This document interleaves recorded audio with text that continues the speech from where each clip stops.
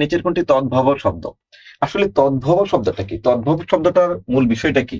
যে আমরা জানি কিছু কিছু শব্দ হচ্ছে যেটা সংস্কৃততে ছিল, সরাসরি আমরা বাংলাতে ওই একই শব্দ ব্যবহার করি, সেটার নাম হচ্ছে তৎসম। এটাকে যদি একটু পরিবর্তন করি, চন্দ্র থেকে চন্দ, তার হালকা পরিবর্তন, সামান্য পরিবর্তন হয়, তাহলে তার নাম হচ্ছে কি অর্ধ তৎসম। স্যার এটা যদি প্রাকৃতের মাধ্যমে বাংলায় আসে, অর্থাৎ আমরা সবসময় যে শব্দগুলো ব্যবহার করি, স্যার এটার নাম হচ্ছে কি তদ্ভব শব্দ। আসলে তদ্ভব শব্দগুলো পড়ার আগে অবশ্যই ওই শব্দের তৎসমটা পড়ে নেবেন।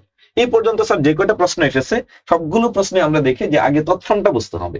তৎসম থেকে একটু পরিবর্তন হলে অর্ধ তৎসম, অর্ধ তৎসম থেকে প্রাকৃতের মাধ্যমে আসলে এটা পারবে যেটা কোন ভাষা, এরকম না সন্ধিকে সূত্র ফলো করা যায়। স্যার একটু আগে সমাসের সূত্র ফলো করে দিয়েছেন, সবকিছুতে ধরা যায়। কিন্তু এই শব্দটা কি? মূল শব্দটা হচ্ছে পাগল, আর অতিরিক্ত কি আছে এখানে? এ আছে। এই এটা হচ্ছে বিভক্তি। তাহলে এই এটা হচ্ছে সপ্তমী বিভক্তি। দেখুন আসলে এখানে বিভক্তি একটাই আছে, সপ্তমী বিভক্তি আসলে একটাই আছে। আপনাদেরকে সবুজ স্যার একটু আগে বলেছে যে আপনি অপশন গুলো যদি তাকান, আমি কিন্তু কারক এখনো দেখি নাই। বিভক্তি আর 1 মিনিটে আমরা যেটা মুখস্থ করে বিভক্তি ধরে কিন্তু আমি উত্তর অলরেডি পেয়ে গেছি। যেহেতু আর কোনো বিভক্তি নাই, তার মানে উত্তর সে করতেই হবে। এটা কৌশল। তবে এরপরেও আমরা বলবো যে আসলে আপনি মূল প্রশ্নটা দেখুন, একটা বাক্যে যে কাজ করে তার নাম হচ্ছে কর্তা।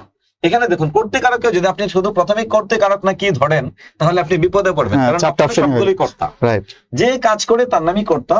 এখানে বলার কাজ কে করে? পাগলে করে। বলার কাজটা করে কে? পাগল।